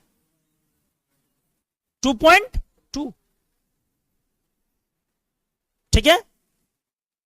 इसीलिए होता क्या है ना, ये लोग जो कंपाउंड बनाते हैं ना, उस कंपाउंड में जब ये लोग कंपाउंड बनाते हैं तो इस कंपाउंड में कोवेलेंट बॉन्ड बनाने का कैरेक्टर भी अच्छा होता है, काफी अच्छा होता है। फिर से मैं इस बात को रिपीट कर रहा हूं, एस ब्लॉक मेटल अगर कंपाउंड बनाया आयोनिक बनाता है, लेकिन डी ब्लॉक मेटल अगर कंपाउंड बनाने जाए तो ये उतने अच्छे से आयोनिक कंपाउंड नहीं बना सकता। क्यों नहीं बना सकता है, क्योंकि ये थोड़े ज्यादा इलेक्ट्रोनेगेटिव एलिमेंट्स हैं, और जैसे नॉन मेटल्स के ये थोड़े ज्यादा इलेक्ट्रोनेगेटिव एलिमेंट्स हैं, लाइक नॉन मेटल्स। तो ऐसे एलिमेंट को इसीलिए कोवेलेंट बॉन्ड बनाने की भी टेंडेंसी इनके पास अच्छी होती है। और इसको पोलराइजेशन के टर्म में देखोगे तो वहां भी समझ में आएगा, पुअरिंग ऑफ शील्डिंग ज्यादा है, पोलराइजेशन बढ़ेगी तो कोवेलेंट कैरेक्टर बढ़ जाएगी बॉन्ड में। मैं दोनों तरीके से मैंने रिलेट किया आपको। जितने आराम से एस ब्लॉक कौन बॉन्ड बना लेता है, आयोनिक। डी ब्लॉक उतने आराम से आयोनिक बॉन्ड नहीं बनाते हैं। ये कोवेलेंट बॉन्ड जो इनका बनेगा उसमें आयोनिक भी होगा और कोवेलेंट भी होगा, क्योंकि पोलराइजेशन लग जाएगी ना। तो कोवेलेंट बॉन्ड का कैरेक्टर इनके कंपाउंड्स के अंदर अच्छा खासा होगा। क्या क्लियर हुआ, बढ़िया होगा कोवेलेंट बॉन्ड का कैरेक्टर। ये हाई इलेक्ट्रॉनिक मतलब ठीक ठाक इलेक्ट्रोनेगेटिव एलिमेंट की तरह है। ये सब दिमाग में डालोगे तो बहुत चीज सुलझ जाएगी बाद में, क्योंकि दिमाग में लोगों के चलते रहता है। क्या चलते रहता है ना, हमेशा कुछ भी कंपाउंड लिखो, लिख दिया मान लो ZnS, क्या लिख दिया? तो लोग चाहते हैं कि क्या लिख दूं, Zn पर 2 प्लस और S पर 2 माइनस। समझो समझो मेरे चेयर पे आके, नहीं लिख सकते। CAS को लिख सकते हैं CA पर 2 plus S double minus, ZnS को नहीं लिख सकते हैं Zn पर 2 प्लस S डबल माइनस। अगर लिखा भी है तो किसी खास पर्पस के लिए लिख दिया। क्यों नहीं लिख सकते? क्योंकि अभी बताया डी ब्लॉक जो बनाएगा बॉन्ड, उसमें कोवेलेंट बॉन्ड का कैरेक्टर अच्छा खासा होगा, enrichment of covalent bond character, क्योंकि इलेक्ट्रोनेगेटिविटी इसकी भी अच्छी खासी है। अगर ये 2.2 के आसपास है और सल्फर 2.5 के आसपास है, तो जरा समझो कि ये लोग जब सल्फर से बॉन्ड बनाएंगे तो दोनों बॉन्ड, उस बॉन्ड में इलेक्ट्रोनेगेटिविटी का अंतर कम होगा या ज्यादा? कम। ज्यादा कैसा? कम ना हुआ जी। और जब कम अंतर होता है तो बॉन्ड कैसे होते हैं? आयोनिक होते हैं कि कोवेलेंट होते हैं? कोवेलेंट अच्छे खासे होने लगते हैं। इसीलिए एक बार में आप नहीं पार कर पाएंगे, लेकिन थोड़ा थोड़ा दिमाग में डालिए कि डी ब्लॉक में क्लियर कट आयोनिक बॉन्ड नहीं हो सकता है, पॉसिबल नहीं है। तो एनीवेज आइए वापिस यहां। अब कॉपर वाला ग्रुप काफी इंपॉर्टेंट है। 1.9, 1.9, 2.4, ये कार्बन से थोड़ा ही कम है। कौन? गोल्ड। गोल्ड सारे मेटल में सबसे ज्यादा इलेक्ट्रोनेगेटिव है।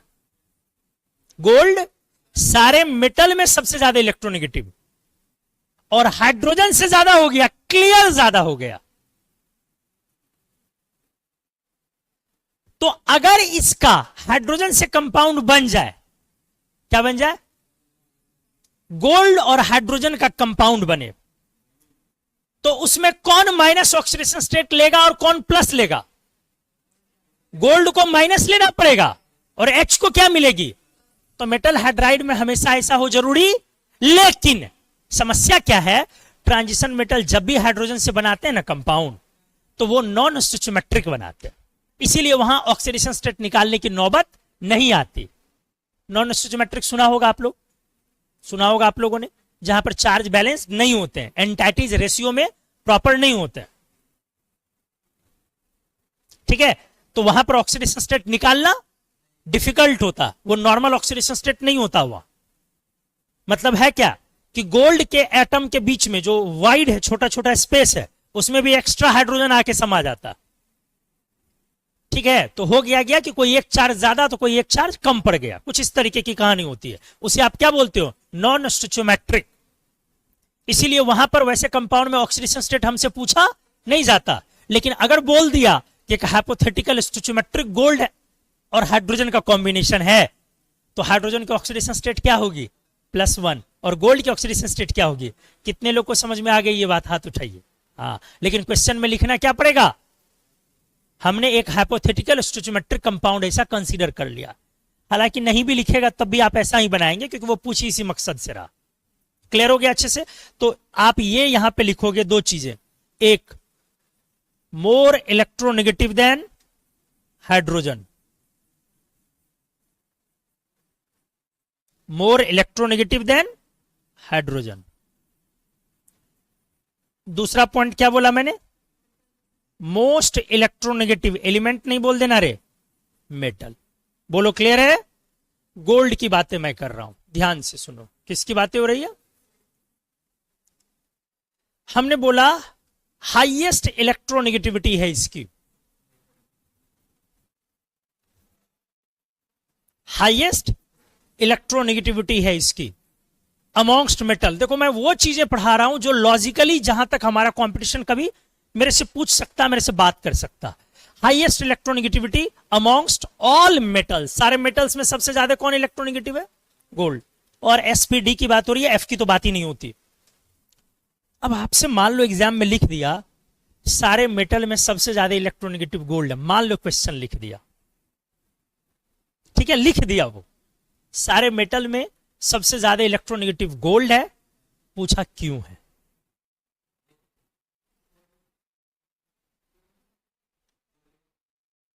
पूछा क्यों? अब मैं देखूं कि क्या जवाब देंगे आप।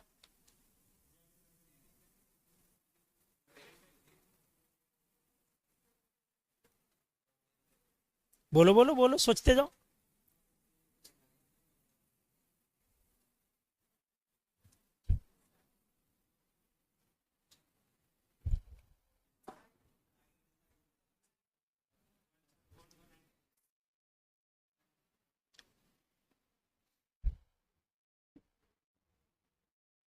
आइए समझा।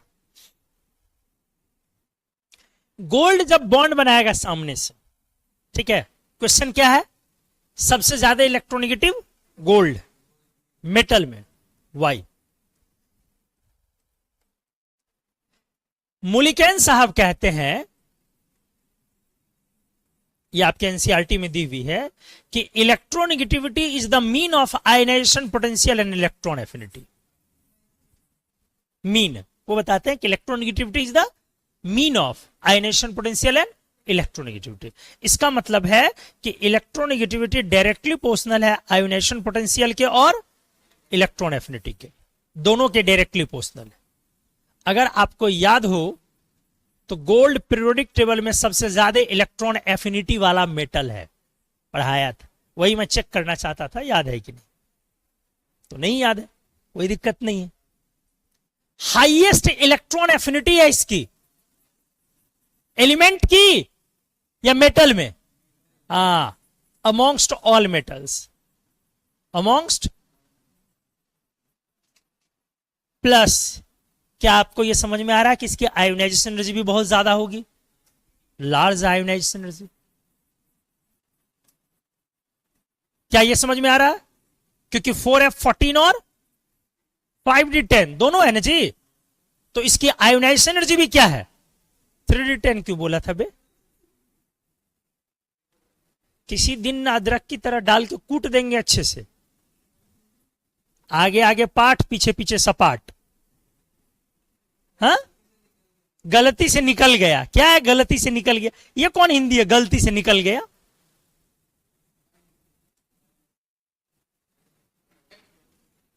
अच्छा, इस सेंटेंस का क्या मतलब होगा,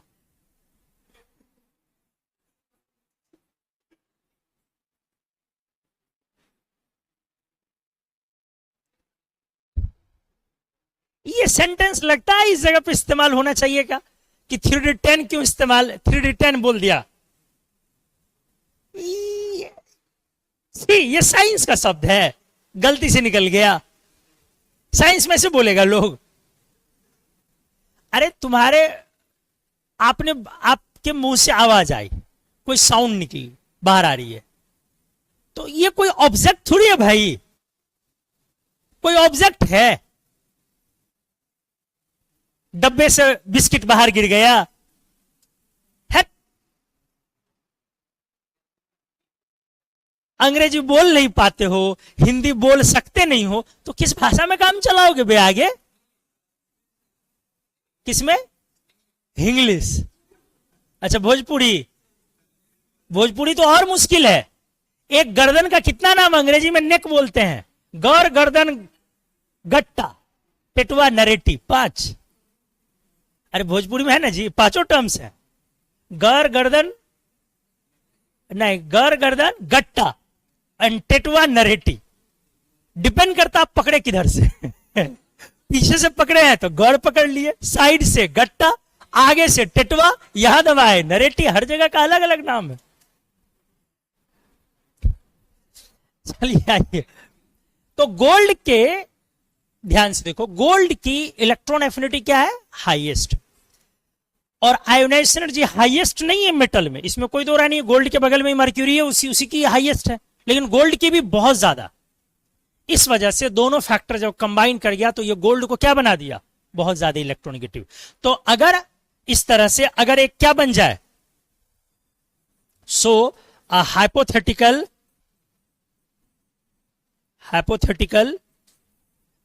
गोल्ड और हाइड्रोजन स्टोचियोमेट्रिक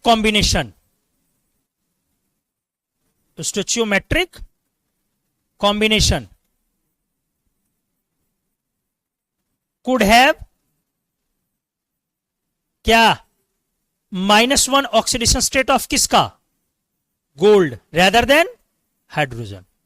गोल्ड की ऑक्सीडेशन स्टेट क्या होगी दोस्त, क्या होगी बोलो, -1 रेदर देन किसके, हाइड्रोजन के। क्लियर हो गया अच्छे से। तो मेटल हाइड्राइड वाला हमने कर दिया। तो अगले एप्लीकेशन, ये पहले बोल लो, किसी को कोई दिक्कत नहीं है, अच्छे से समझ गए क्या?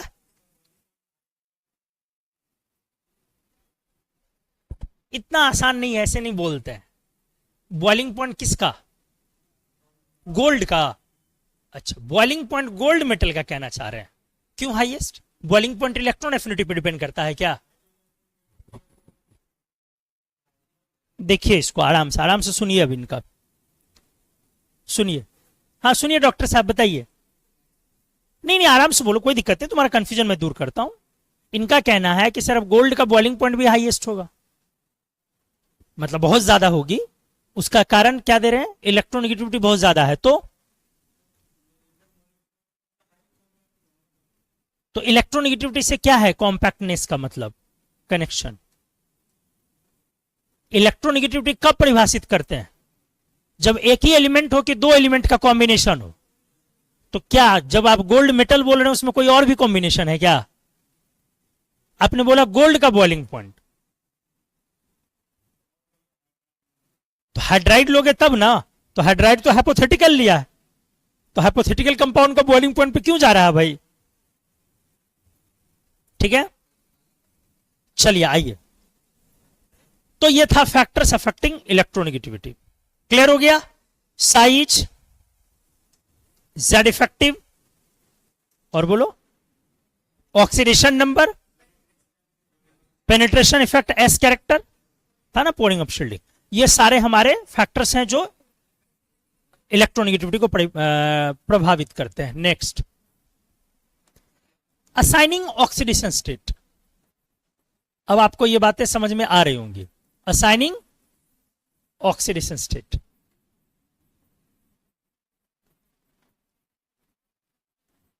इन मॉलिक्यूल्स।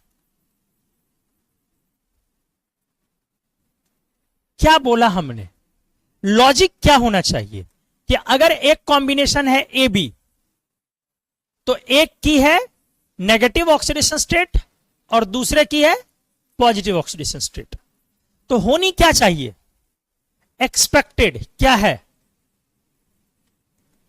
इसकी आयोनाइजेशन सॉरी इलेक्ट्रॉन एफिनिटी क्या होनी चाहिए, हाई। बोलो, जो नेगेटिव ऑक्सीडेशन स्टेट लिया है इसका मतलब उसको इलेक्ट्रॉन गेन करने की टेंडेंसी अच्छी है। बोलो, तो इसकी एफिनिटी क्या होनी चाहिए, हाई। और इसकी आयोनाइजेशन क्या होनी चाहिए, बैल बत्तख कहेंगे, लो क्यों, वो भी हाई ना। सोचो सोचो, आपको कौन सी स्टेट लेनी है, नेगेटिव। नेगेटिव का मतलब इलेक्ट्रॉन गेन करना है कि छोड़ना है। गेन कब करेंगे हम आसानी से, जब एफिनिटी क्या होगी, ज्यादा, और गेन करने की टेंडेंसी तब ना ज्यादा होगी जब छोड़ने की टेंडेंसी नहीं होगी। यह भी तो देखना है ना, अरे दोनों कैरेक्टर देखना है ना मेरा, कि मेरा गेन करने की टेंडेंसी ज्यादा हो और लूज करने की टेंडेंसी कम हो। तो लूज करने की टेंडेंसी किस पर डिपेंड करती है, आयोनाइजेशन पर। ज्यादा आयोनाइजेशन एनर्जी का क्या मतलब हुआ, लूज करेगा आसानी से कि नहीं, नहीं करेगा। तो मुझे गेन करना है, इसलिए लूज करना डिफिकल्ट हो, तो डिफिकल्ट कब होगा, जब आयोनाइजेशन हाई हो। क्या ये क्लियर हो गया? तो चलो अब इधर भी लिखूंगा मैं, एक्सपेक्टेड क्या होगी जी, बोलो, ये क्या होनी चाहिए, लो, और मेन आई क्या होनी चाहिए, लो, और ये भी क्या होनी चाहिए, दोनों ही चीजें मेरी लो होनी चाहिए। क्या आया समझ में? इसका मतलब क्या पॉइंट बना कि ऑक्सीडेशन स्टेट, आयोनाइजेशन और एफिनिटी दोनों पे डिपेंड कर रहा है, और दोनों क्या होनी चाहिए, ज्यादा। तो आपको क्या मिलेगा, ऑक्सीडेशन स्टेट नेगेटिव, क्या मिलेगा? तो इसका कंबाइंड इफेक्ट नहीं है, कौन, इलेक्ट्रोनेगेटिविटी। अभी ना पढ़ा, since electronegativity is the combined effect of, हाँ very good, electron affinity and ionization energy, अभी अभी आपने पढ़ा। इसीलिए सो इलेक्ट्रोनेगेटिविटी इज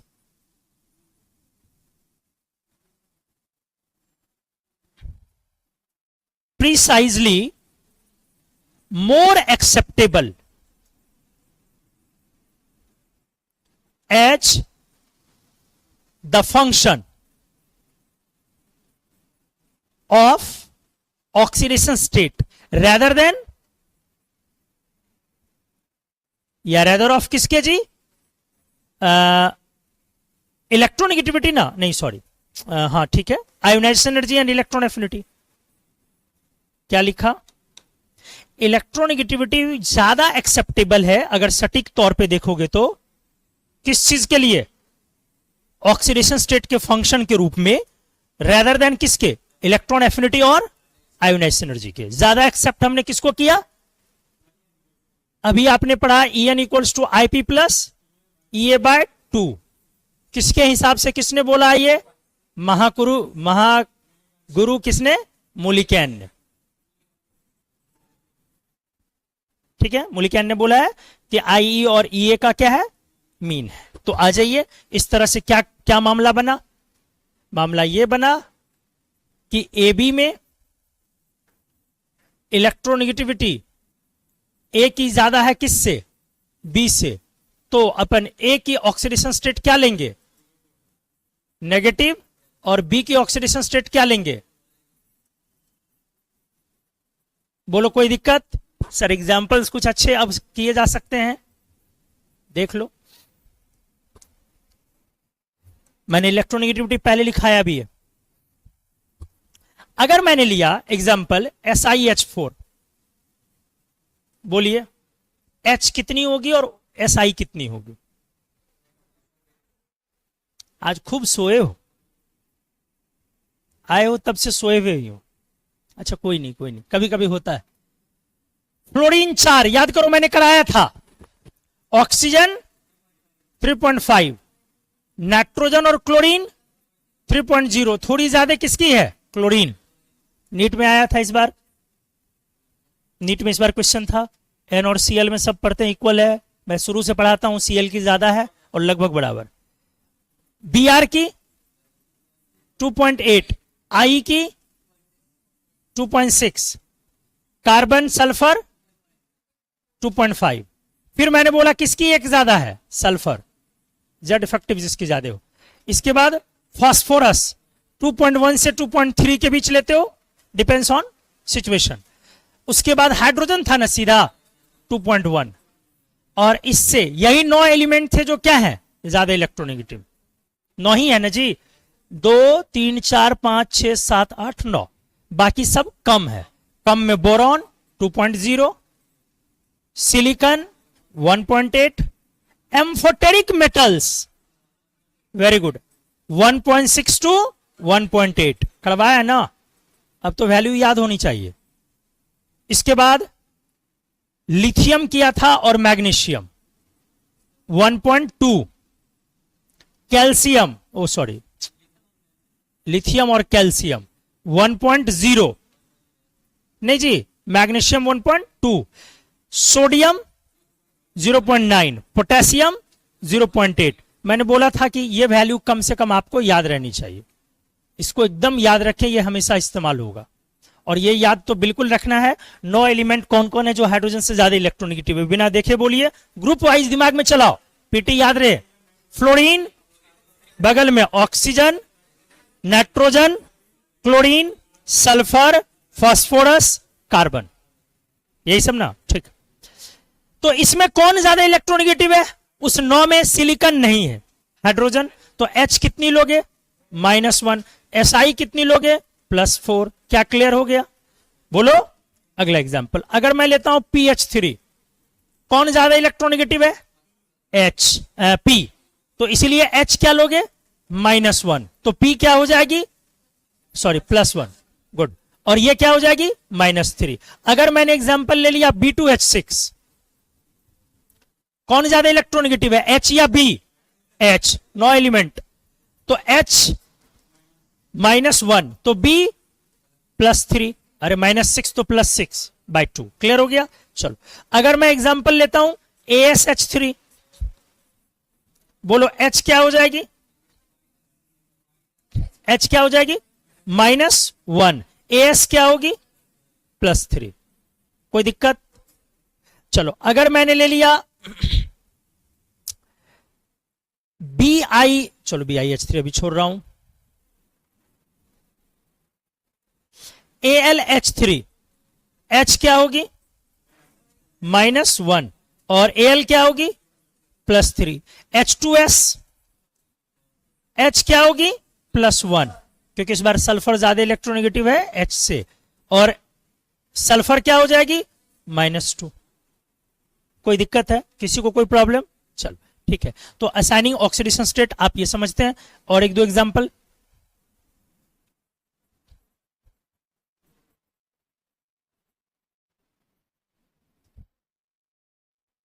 ये आपको बनानी है।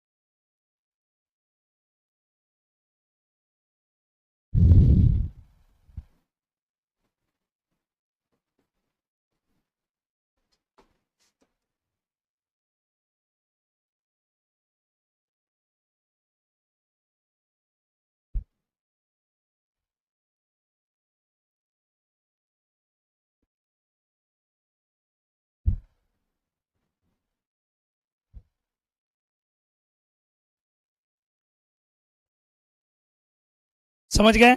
जो मार्क्ड एटम है उसका आपको क्या निकालना है, ऑक्सीडेशन स्टेट। जल्दी कीजिए।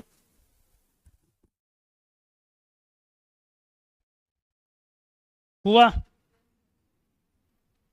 हो गया? चलो सॉल्व करूं।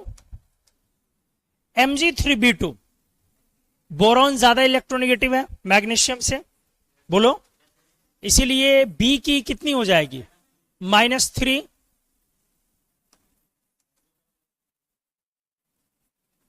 और Mg की +2, कितने लोग आ गया? ठीक है।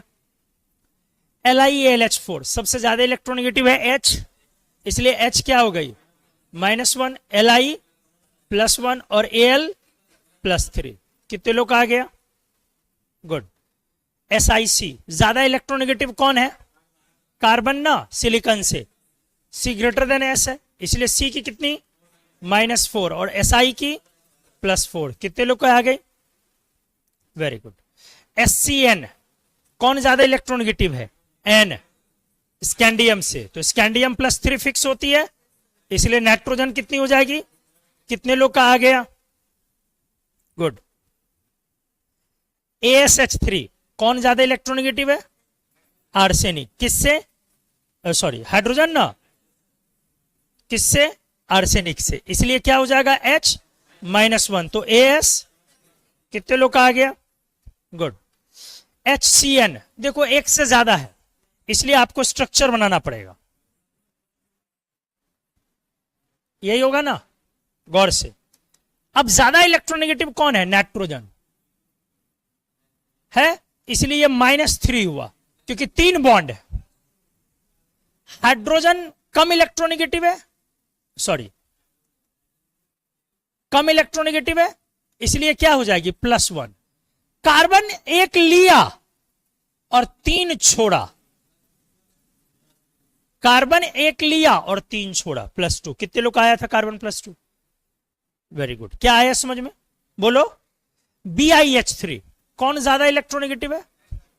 हाइड्रोजन ना, इसलिए क्या हो जाएगी यहां पे भी Bi +3 और H, क्या आया समझ में? ठीक है, तो इसको बिस्मथ हाइड्राइड आप बोलेंगे कि नहीं बोलेंगे?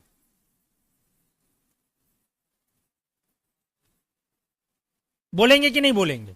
नहीं बोलेंगे। हाइड्राइड जब भी बोलते हो तो H-1 होता है। Bismuth is a metal, this is metal hydride, तो हाइड्राइड जब भी बोलते हो तो H-1 होता है। हाइड्राइड जब भी बोलते हो तो H। क्या आप HCl को क्लोरीन हाइड्राइड बोलते हैं? दिमाग लगाओ, दिमाग लगाओ। HCl को कहा -1? अच्छा -1, हाँ सॉरी सॉरी, मतलब उल्टा बोल रहा था, फिर से क्लियर कर रहा हूं। हाइड्राइड जब भी बोलते हैं तो क्या आता है? H-1। क्या HCl को हम क्लोरीन हाइड्राइड बोलते हैं? नहीं। क्यों नहीं बोलते हैं जी? HCl को आप क्लोरीन हाइड्राइड क्यों नहीं बोलते हो? क्वेश्चन ये है, क्योंकि हाइड्राइड तब बोलते हैं जब H-1 होती है, जो यहां पर नहीं है। तो हम इसे क्या बोलते हैं? Hydrogen chloride. आइड कहां लगेगा? जो नेगेटिव हो। आइड कहां लगती है? नेगेटिव ऑक्सीडेशन स्टेट को रिप्रेजेंट करेगा आइड। तो अगर BiH3 है, ठीक से देखो क्या बोला, BiH3, PH3 वर्सेज BiH3 में क्या अंतर है? एक ही ग्रुप का है ना, दोनों 5A का है। अंतर क्या है? इसको आप फास्फोरस हाइड्राइड बोलेंगे या नहीं? बोलेंगे या नहीं बोलेंगे? नहीं कह सकते हैं। लेकिन इसे आप बिस्मथ हाइड्राइड बोलेंगे या नहीं बोलेंगे? क्यों बोल सकते हो? क्योंकि हाइड्रोजन -1 है। क्या क्लियर हुआ अच्छे से? उसे आप फास्फोरस हाइड्राइड नहीं कह सकते, इसे आप बिस्मथ हाइड्राइड बोलेंगे। तो हमने यही क्वेश्चन यहां पे पूछा, ये मेरा बिस्मथ हाइड्राइड हुआ। H2CN2 देख लो, एक कार्बन, 2 नाइट्रोजन और 2 हाइड्रोजन, बाकी कार्बन ने 4 बॉन्ड बनाया। ये आएगा पहले, पहले ये बनाना होगा। तो ये बनाया, तो अब बोलो क्या हो जाएगी? ये नाइट्रोजन खींच लेगा, बोलो, तो नाइट्रोजन -3 और कार्बन +4, कितने लोगों का आया है?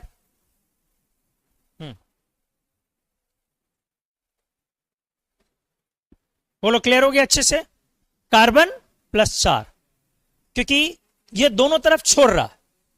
लेकिन अगर गलती से किसी ने स्ट्रक्चर ये बना दिया तो मामला पलट सकता है।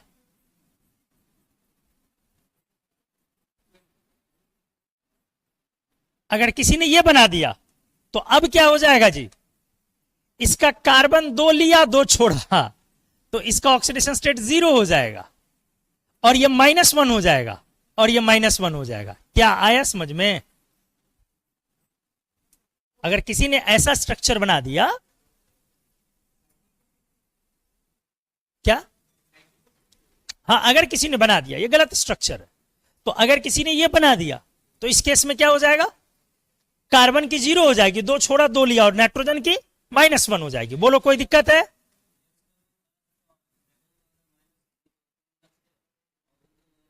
क्या क्या क्या क्या किया? नाइट्रोजन की फिक्स नहीं होती, और जिसका हमने निकालने दिया उसका तो और फिक्स नहीं ले सकते, दोनों का बोला था निकालने।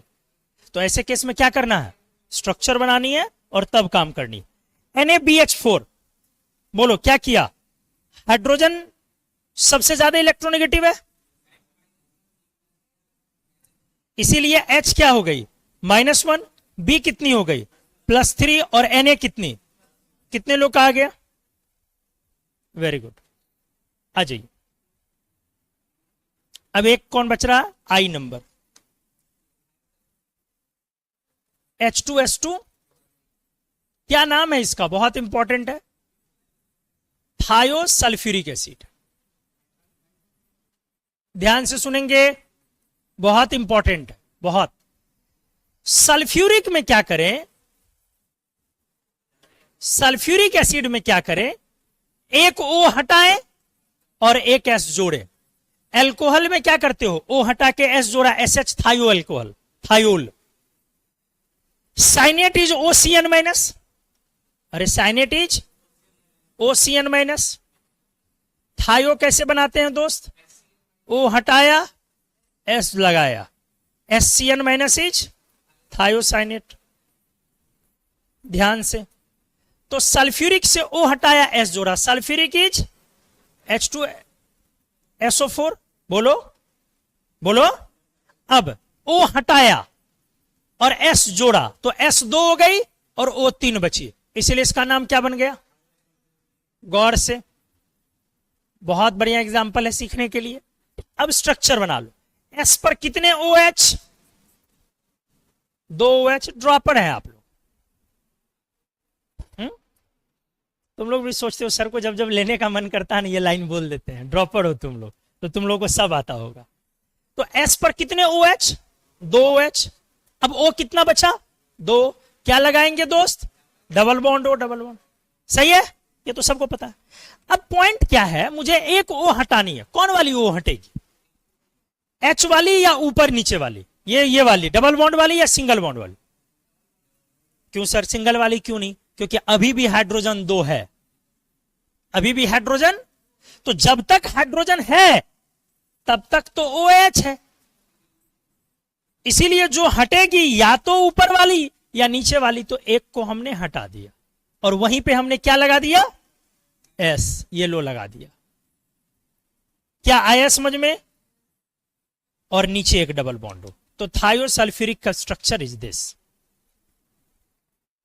देखो हमने डायरेक्ट सही बना दिया, इसीलिए पता नहीं बहुतों को समझ में नहीं आया होगा कि ये बहुत इंपॉर्टेंट क्यों है। क्योंकि जब आप इसको बनाने बैठते ना तो आप ये बनाते ही नहीं, कुछ से कुछ और बना देते। आप ट्राई करके अकेले में देखिएगा, अब आपको मालूम हो गया तरीका ऐसे है बनाने का, इसलिए। अदरवाइज आप 2 सल्फर लेते, 2 OH लगाते, एक बीच में लगाते। वाह मोदी जी वाह, कितना प्यारा सुंदर स्ट्रक्चर आया।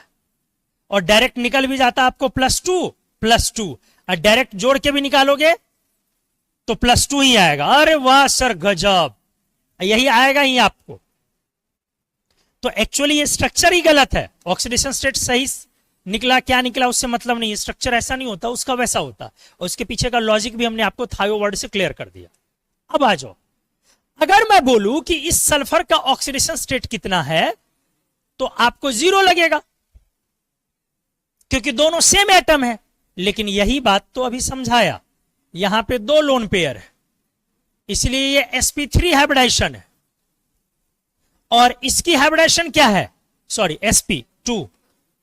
क्या हाइब्रिडाइजेशन उसकी? sp2। 1 2 3, अरे 1 2 3। और इसकी हाइब्रिडाइजेशन क्या है? sp3। इसकी हाइब्रिडाइजेशन क्या है? sp3। ज्यादा इलेक्ट्रोनेगेटिविटी किसकी होती है?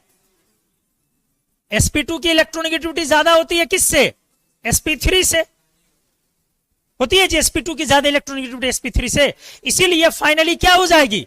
ये वाली सल्फर मोर इलेक्ट्रोनेगेटिव। आया समझ में? वो वाली सल्फर मोर इलेक्ट्रोनेगेटिव।